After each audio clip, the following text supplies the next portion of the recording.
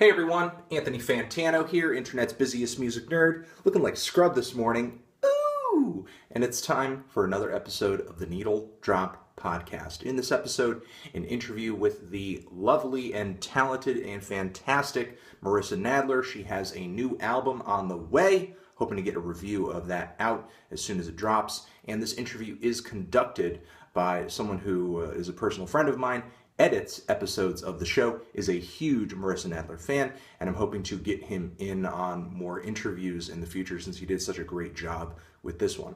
And they talk about her upcoming tour, her new record, the songwriting process. The guy who conducts the interview, it's my buddy Jeremy Fisette. He is contributing to the Needle Drop, doing interviews now, so just be a little nice here on his Needle Drop interview debut. Cool. I mean, not that you need to, because the interview came out great. So if you're a Marissa Nadler fan, if you're looking to get into a great singer-songwriter, then listen to this thing. A lot of interesting discussion going on, okay? Now, if you want to support this podcast, there's a few ways you can do so. You could do what you're doing right now, watch it on YouTube, like, comment, share, subscribe. You can subscribe on our iTunes feed, where we have backlog episodes. You can also hit up in the description box, that iTunes link is in the description box. You can hit up also our Amazon Associates link. Anything you buy on Amazon, if you live in the US, we get kickback from it. And you can hit up our support page, also linked there in the description box, and have this podcast delivered straight to your email inbox, a download delivered straight to your email inbox for a small monthly fee via PayPal. And that's it, guys. You're the best. Anthony Fantano, podcast, episode, let's go. Hi everyone, Anthony Fantano here, the internet's busiest music nerd, and it's time for another episode of the Needle Drop Podcast, where we interview content creators and artists from across the globe and the internet. In this episode, it is singer-songwriter Marissa Nadler. She has a new album coming out titled Strangers in May on Sacred Bones Records. We talk with her about this record, the songwriting process, her upcoming tour, and the interview is conducted by contributor Jeremy Fisette.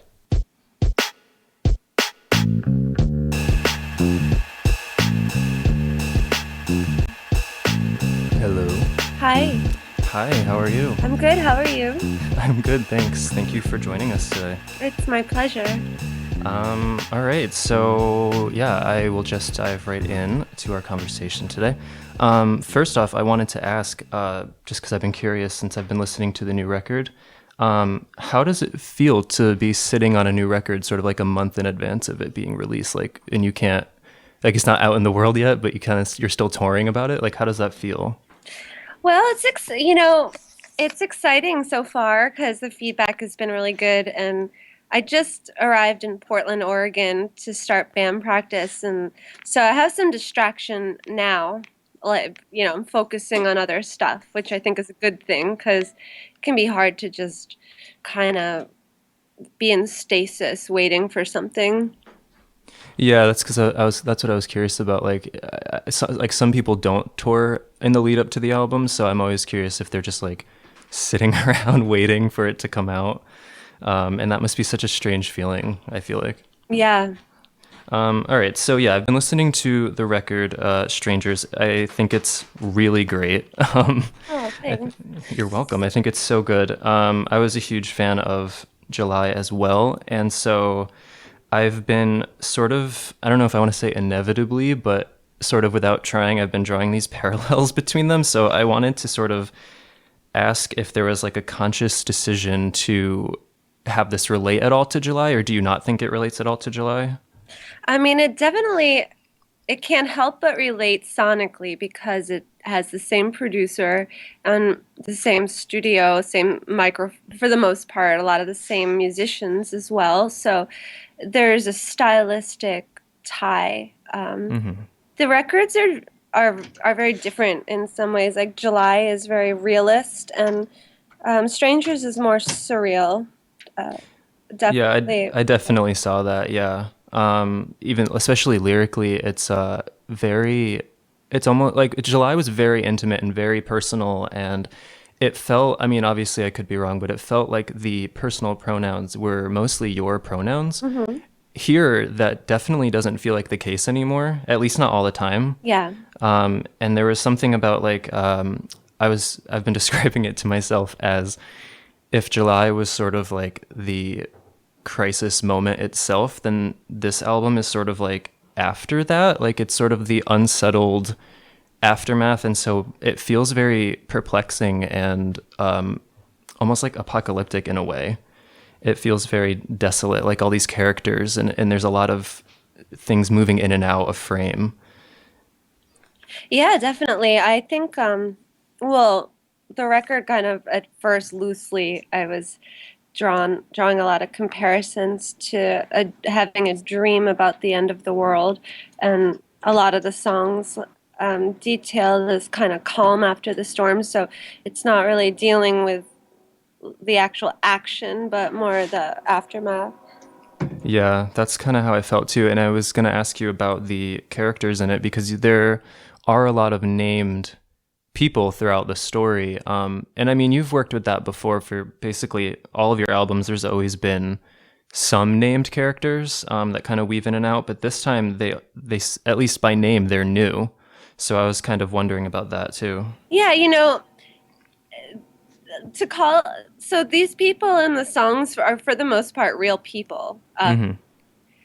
It's interesting because, for instance, Janie in Love is a very personal song that kind of details me comparing, like watching a friend fall head over heels in love over and over again, kind of comparing it to this kind of stasis, and it is about someone real. And then Katie, I know, also kind of about a friendship. So, but I kind of like that songs can be influenced by real life and real people, but at the same time have like a more macro meaning. Yeah, and I think I felt that way too as I listened because I would assume that most of them are at least somewhat based on real people, but there's definitely this sort of otherworldly quality to it, and I think it's totally true that you can have music that's very personal, but it's sort of shot through this lens of the surreal. And that's kind of how I felt about this record, lyrically and sonically too, though, because I feel like it's also your most sonically intricate in a while, like at least since Little Hells, because I remember when Little Hells came out, there was a lot of new little details that were kind of cropping up along the edges of the songs. And then July was so subdued in a way. And then Strangers has a lot of these nice little touches. Did you arrange all of those or did the instrumentalists do? The demo process for this record was really long. I kind of felt a lot of pressure in some ways after July because it had kind of resurrected my, I mean, it seemed like things picked up after that a little bit. And so I felt, and I had these great labels all of a sudden, and I certainly had paid my, toward and put out a lot of records. So I was really grateful to have a platform. So I felt a lot of pressure to write a record as good or better. And that sometimes that can be hard. So I set a lot of guidelines for myself, and one of them was to not write songs that reminded me of songs I'd already written, which is fair enough. And also I was writing for a band, in mind. Like when I wrote Janie in Love, I thought to myself, this is gonna have instrumentation. So a lot of the demos have most of the instrumentation lines, like All the Colors of the Dark, for instance, had that string line as a synthesizer. And so I wrote a lot of the instrumental lines, but then the instrumentalists kind of took what the ideas I put down and grew off of them. And so when I first started writing songs, I was so concerned with the lyric and the melody and the guitar. I didn't really think about the other layers for the first few records. Yeah, and that's kind of another thing I was going to ask. Did these demos, for the most part, start as solo songs, or can you play them all solo? Well, that's what I'm trying to figure out now, actually. I'm having band practice today in Portland, and then but then I'm going on tour with Black Mountain solo. So some of the songs are going to sound really different alone. Like Mm-hmm. Janie in Love, I'm still trying to kind of figure out how to do it justice as a solo song. Yeah, because the chorus, especially, has that giant squall of noise. It's just, which is so, it seems so fresh because a lot of your records have been very stripped down and subdued, especially coming after July. These songs here on Strangers with these giant noisy passages are kind of a nice surprise. So I'd be interested to see how they would translate into a solo song. Yeah, I mean, me too. I think they'll definitely sound really different. I'm probably going to have to go pedal shopping, get myself a rat pedal, Oh, and just go for it and not be afraid to be loud when I'm alone too. Because I wanted to just finally, I wrote songs thinking, okay, this is going to have a rhythm section. I want to tour with a band, and sometimes, and I have that ability to have like some jammy moments. yeah. Is your whole tour going to be solo right now? No, so there's a lot of tours coming up, but like there's this. I'm just going on tour on the West Coast with Black Mountain, Hmm. and that's kind of going to get my feet wet again because I'm kind of hermetic and I haven't been playing since I got home from the July tour. So it's kind of a good way to get warmed up. But then all the rest of the touring is going to be with band. Actually, this band Wreckmeister Harmonies on Thrill Jockey is going to be opening for me, and then also adding to my backing band. Oh, okay. It's going to be pretty cool. Like it'll be very ambient, and they're good because they have a combination of ambient and heavy, which is kind of what Randall Dunn can bring to the table as a producer. So Hmm. I have high hopes for like the translation live. Yeah, I was going to ask about working with Randall Dunn because this is the second time you've worked with him, and also the second album you've done on Sacred Bones. How did that transition come about from Box of Cedar, your own label, into Sacred Bones? I was, um, self-releasing has a lot of pros, and I definitely support people to do it. And it was good for me at the time, but I was spending a lot of time just like on the business side of things, and music was becoming work, and kind of took a break for a while. But then Sacred Bones and Bella Union kind of came up at the same time. I kind of decided that I wanted to try to get a label again, and Sacred Bones Caleb had written me years ago, and I'm kind of a space cadet. Like I'm not too cued in on the indie music scene, so I wasn't really aware at the time when he wrote me how cool that label was. I'm just oblivious, and then I was like, oh shit, wow. Same with Belly. So it all kind of fell into place around the same time, and Randall had written me on Facebook, and we had mutual friends from my early days of like I kind of started out and came full circle with the kind of underground darker scene because my first booking agent booked Earth and Boris and me, Mm. which seemed like at the time like I stood out like a sore thumb in some ways, but it made sense in others. So I already knew Randall a little, and Mm. I wrote him back like, "Let's do it." I wanted to make sure that that it had a change. He's great to work with. We're friends, and he's dark and likes the same kind of music I do. Yeah, it definitely sounds like it's a very symbiotic relationship, and you can hear a marked change in the production from the self-titled and into July. So I'm sure that had something to do with that. There's definitely a darker, kind of thicker sound to these records. Yeah, and I loved working with Brian McTeer also in Philadelphia, who did several other of my early records. But it just felt like a time for trying something new, and it wasn't anything like I really love Brian and his Hmm. production too. It just kind of it was in a darker place emotionally, and I wanted the music to kind of match the content. And are you planning to continue the collaboration with Randall Dunn? Yeah, I'm actually going to be recording in August after a bunch of touring an EP. Okay. So we've talked about doing a Beach Boys cover of the song Till I Die, which I really want to do. Yeah. Yeah, that sounds great. That actually sort of brings me to another question I had. You've done a lot of covers. You have a few cover record volumes. I was just going to ask kind of what draws you to making them at all and how you pick the ones that you end up covering. Yeah, I mean, I just love singing songs that I like. So, and I taught myself how to record kind of by doing, doing my demos and also the covers. Those volumes are kind of like I've let them. For a while, I was selling them on Etsy, and then I realized I probably wasn't supposed to be selling cover songs. That was stupid. And so now, I kind of just put them up for free on SoundCloud, and it's just fun because you can try different styles. I think the Black Sabbath cover from this year was my favorite one I've ever done. Oh yeah, yeah, I remember that when that came out.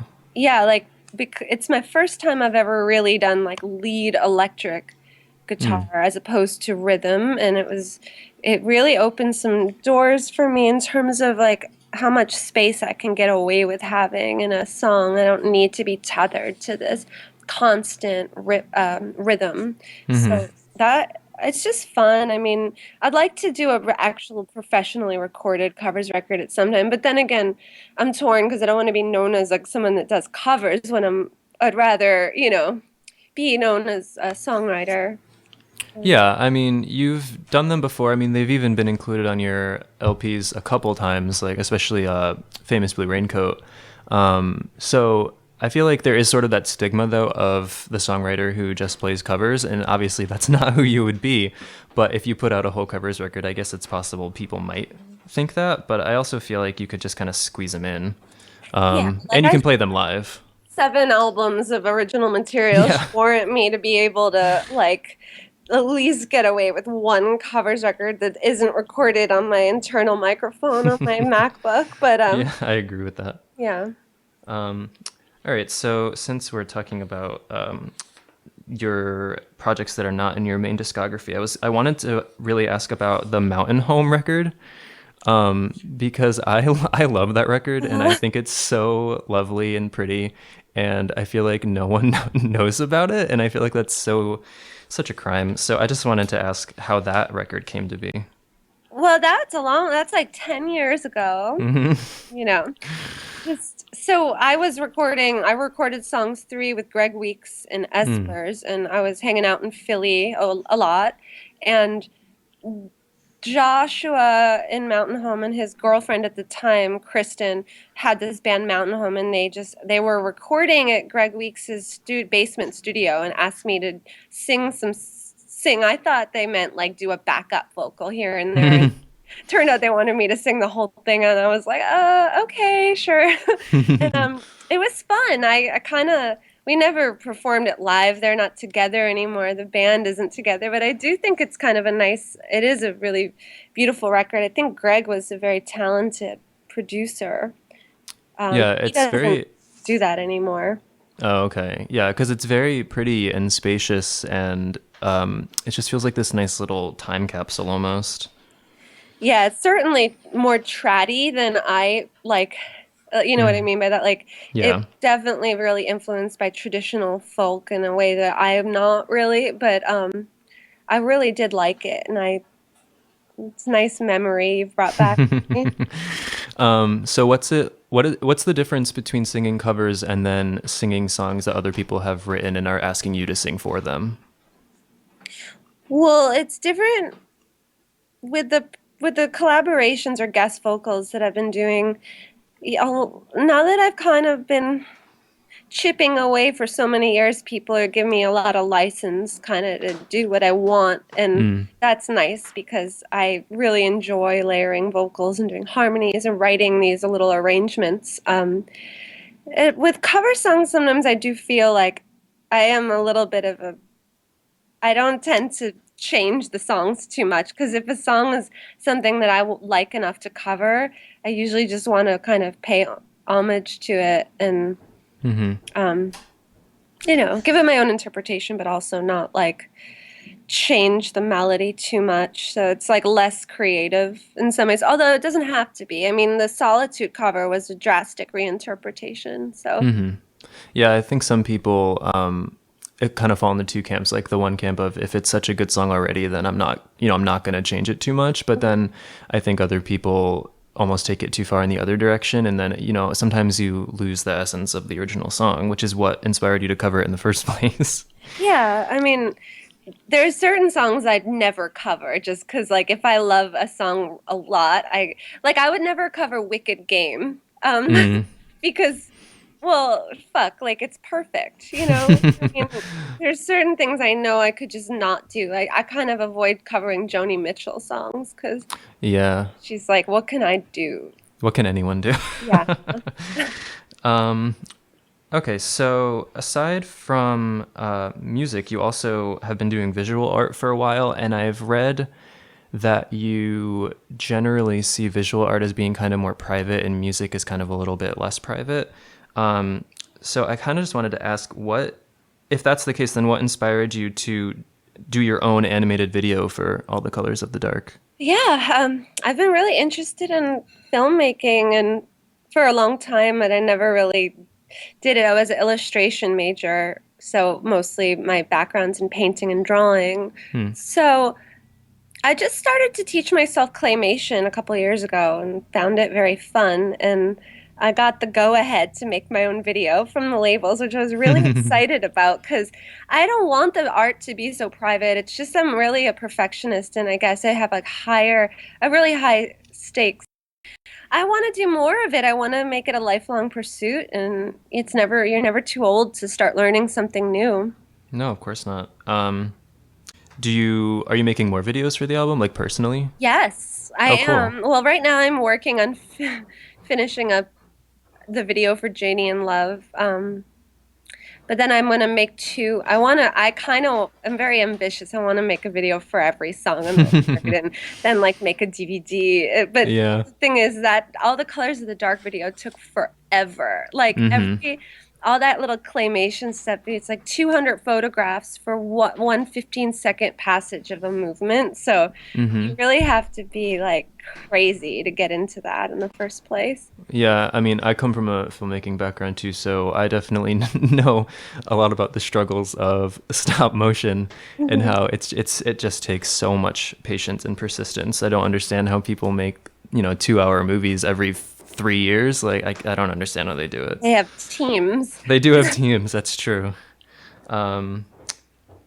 Okay, so I'm trying to see how I want to pivot this conversation. So you're based out of Boston, right? So I was wondering if you could tell me and listeners what the art scene is like in Boston. I would have no idea. I'm a real hermit. I mean, okay. I think Boston is a great place to live, but I'm just not like a real networker type. Like all the stuff that I do requires me to be alone to do it. And so, I mean, I have a lot of friends that are artists, and there's certainly a ton of great bands that have come out of Boston and a lot of great bands coming out of Western Mass. But I really have to be honest that I keep to myself quite a bit. Yeah, I feel like I probably would too. I just wanted to ask because you always hear about, especially for music, you hear about New York and LA, but also like Chicago and Baltimore a lot these days. And you don't hear about Boston too much. And I just thought there has to be a scene there. There is, like, I think there's a big scene in Western Mass because, Dinosaur Jr. came from there, and like even nowadays, like bands like Speedy Ortiz came from there. But then in Boston, you have bands like Quilt, and I mean, I have and Damon and Naomi live there from Galaxy 500. They're friends of mine, and Glenn Jones, the finger-picking wizard, is a really good friend of mine. So like there are musicians, but I'm just like I've never really I'm kind of a loner in terms of like because I'm not in a band really. So yeah, that's true. Yeah, I was just curious about that because I mean, you just named all these people that people do know of, but for some reason Boston is always kind of left out of the conversation. Maybe that'll change, if enough bands keep coming out of Boston. It's a real rock town though. So like I've always felt like I'm not folky enough for like the folk crowd because I'm not like purist and traditional. Mm-hmm. And I love reverb and like distortion. Mm-hmm. And then I'm not like obviously not a rock band, so it's hard to sometimes find that niche. Yeah, and now you're sort of in between those two worlds with this record too, because you have a lot more rock elements on this record. Yeah. So when did you, I wanted to ask, when did you start playing music then if you were primarily visual art? When I was about 13, so 13, 14, my older brother had a guitar and I just thought it was cool. So I kind of thought, he showed me a few chords and I taught myself a lot of the rest. And I was really into learning Bob Dylan's songs on the guitar, but also like grunge rock was huge when I was growing up. So I was learning Hole and Nirvana songs and stuff. And so so then how did that kind of lead to a career in music?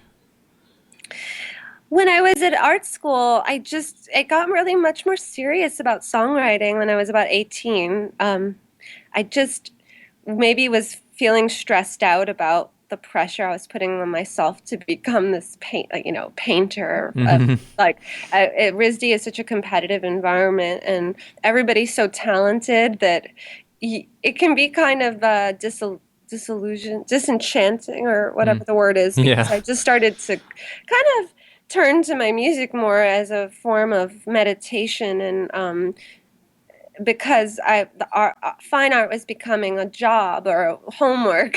And so I started to open mic nights. I mean, I still have stage fright, but I really I always did. I'm just kind of a little shy. And I did some open mic nights at bars and then started playing little clubs. And I just really enjoy writing songs. I still do, which is great news. Yeah, no, it's good that you haven't been disillusioned by that yet.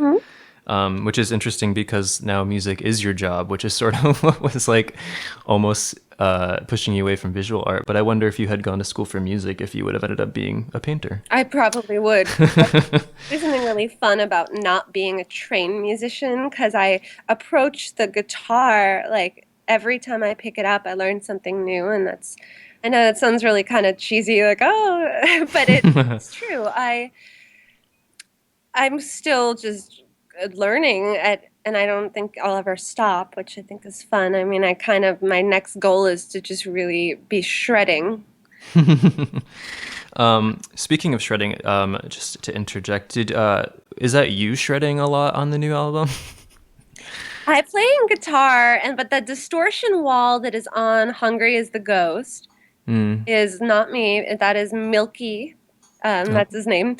And he's just he did second guitar. He has a really good handle over walls of distortion, which so it's a combination. What about the acidic guitar leak on the title track? On Strangers, that's Milky playing, but I wrote the melody. So I wrote it on a synth line, and then kind of was like, so the demos, which I'll probably release at some point this year, it's pretty interesting because you can hear all the licks. But I'm kind of, if I think that somebody like Milky could bring a better tone than I could, I don't really have anything to prove at this point, or I'm just kind of like, go for it, because it's a nice collaborative effort in some ways when you're in a studio. Yeah, I mean, especially if you're working with a band, I would assume that it would be nice to just kind of let them do their thing sometimes, because I mean, you invited them or asked them or corralled them all to play probably because you think they're very good. So kind of just let them do their own thing. I mean, like the distortion wall in "Hungry is the Ghost." I mean, you didn't do it, but that's okay. Like that's him. You had him on your album. Yeah, exactly. Like I had so many records of just me. Yeah. Like after the 7, there's countless albums I just never, or like songs I've never put out. So it's just, you get to a point where you want to collaborate and experiment, keep it real and fresh. Yeah. And so speaking of those demos, I read that for July you planned the melodies with the intent of harmonizing with them, which is kind of why the harmonies were so important to that record. Did you do that this time around?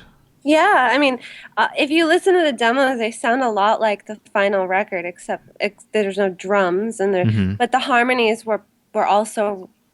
It's like, I think it started with July when I started considering harmony as part of the song and not an afterthought. So like, two voices become one. Mm-hmm. Yeah, and there's I don't know if there's more or less harmony than on July, but there's certainly around the same amount, and I think it has that same feeling because a lot of times harmonies feel like, accessories, and I don't think that's the case here. Good. Yeah, I actually had to consciously cut down on it because, if you do it too much, it loses its power. Like you Mm-hmm. can't. Sometimes there's nothing more striking than a solitary voice crooning, and you don't want to drown that power out, like of the lonesome voice. So Mm-hmm. I actually had to be conscious, like don't overdo it with the harmonies, girl. Yeah. And And there are certain moments, certain songs when there aren't any, and it seems very purposeful that there aren't any, kind of like on Dissolve or Holiday Inn from the last record, because there aren't too many songs that have no harmonies, but nothing on either of those. Yeah. yeah, they're both very stripped, and sometimes, sometimes it's all you really need. Yeah, like actually my demo for Dissolve was more built up than the album version. Like I had Oh these wow. doo-woppy Motown background vocals and I loved them, but Randall was like, you don't need it, and we fought, but and now I'm so glad I listened to him because it doesn't need it. I mean, you don't need harmonies on everything. Yeah. Will those be on the demos if you release them? Yeah, definitely. I mean, Oh. I want people to hear them because I have this love for lo-fi. Hmm. Also, I kind of love both like early crunchy demo sounding things and really nicely recorded stuff. So I think a lot of people would like that. Yeah, I would be very interested to hear how a song like Dissolve would sound with more like meat to it because it Uh-huh. is such a stripped song. Um, but there are a lot of moments on the record where you have just like a single sonic touch. Specifically, I was thinking of the opening track, Divers in the Dust. I think there's one moment of brushed cymbals. Hmm. And I was just wondering how like what is your thought pattern behind those? Like why is there only one, or how do you choose which spot to put those kind of little flourishes into? Well, it's kind of like a give and take with listening to ideas that Randall has, or Divers of the Dust I wrote on guitar and it actually sounded more like an early Elliott Smith track before I Hmm. went in the studio with a down strum, like really fast strum. And I'm really much better of a fingerstyle guitar player than a strummer, so I kind of wanted to try a different instrument. So this Hmm. piano, and it kind of just sounded so good without a lot of stuff. So Hmm. we just purposefully held back because we wanted it to be this barren wasteland, desolate scene setting song where it would kind of suck you in. Yeah, and I definitely think that it gets that, and that one brushed cymbal is enough. It's just that one little like slip in your crack in the pavement. Hmm. So I'm probably gonna start going on thin ice to ask you to explain a song, but there is one that I really, really wanted to ask you about that seems to be perplexing me the most. The song "Shadow Show Diane." Hmm. I just was wondering if you could tell us a little about that song and how that came to be, what your inspiration was for it. Yeah, that's a weird one. Yeah. Well, the record kind of bounces back and forth between real life and dream life, and surrealism and realism, and that's definitely a moment of realism where it's actually like I live on a triple decker in Jamaica Plain in Boston where you can see into other people's windows, and like Hmm. I certainly don't like make a hobby out of being a voyeur. It just I got this, I don't know, I think I was out on the porch and I accidentally like saw something I wasn't supposed to see in silhouette, and I jokingly said to my I was like, that is a shadow show, and I liked the way that sounded, but then I'm like, I kind of made up this whole story in my head about the woman across the across the street, that I could see her silhouette, like, and called her Shadow Show Diane. And then the song is actually kind of just about like the kind of quiet moments of me watching time pass, and as I kind of voyeuristically observe other people's lives, because there is definitely this feeling I've always had as kind of like an outsider, or it's not that I romanticize being that way, but I just can't help it. And that song kind of feels like the quintessential outside. You're looking at life from like a porch into somebody else's life. So it's, in other words, it's actually a very literal song. It sure is, yeah. A lot of and are more literal than they let on. Yeah, and Shadow Show Diane is the other person. It's the person who you're watching. Yeah, like. Oh, see, I took it as the watcher. No, like, so Shadow Show. Maybe I should have put a comma in there. Or no, Shadow Show Diane is like her title. Yeah, that's okay. That makes sense. Like if she was in a beauty pageant, that's what would be on her sash. That's so funny. Yeah, because I listened to that, the first time I was listening through, and it really caught me off guard, because it does sound like it is meant to be taken literally, but I just almost didn't want to. I was like, there has to be some other layer here. No, yeah. But then as I listened to it more, I don't know, there's something so alluring about it, like, and there's something so, I don't know, like dark about it. It is a creepy song, actually. Stephen O'Malley from Sunno, he's a friend of mine, and he wrote me about that song. Also, he like, because it's definitely not like a standout single or anything, but it might be one of the weirder songs I've ever written. He was like, I like your voyeuristic poems, is what he said. That's funny. Yeah, no, because it does, maybe it's not a single, but it definitely sticks out for that reason. And it is also for other reasons. It is also one of the strummed songs, which kind of, asserts itself a little bit at the beginning. Yeah. And so speaking of narrators, the other big question I had about the record was that the narrators seem to shift a lot. And I don't know if that's true or if I'm just reading into it too much, but there is a lot of, difference. There's a lot of references to things changing, and then there's a lot of references to things not changing. And so I was kind of curious about that dichotomy. I know. I noticed that too. It kind of like, I guess that's life. I mean, like, some things never change, and but everything does. That makes no sense. How wishy-washy of me. Like nothing feels the same. For instance, that song, like on track side B, it's very much like about not finding joy in the little things anymore. A lot of the songs just have a micro and a macro meaning. Like, sure, I kind of envision that song as somebody walking along after the world has ended, and like they look for their house and there's like bird tracks and all this like kind of desolate stuff. But also it's kind of a depression anthem, I guess. A lot of this, like Hungry as the Ghost certainly is, like that kind of anthemic ode to emptiness. Yeah, it's almost like this, this big, almost like an ode, like a big epic, almost celebratory song, but it's about something that's like very downcast. Which, it's not a bad thing. It's an interesting contrast. What band is that? Is it the Cure? Yeah, sorry, go on.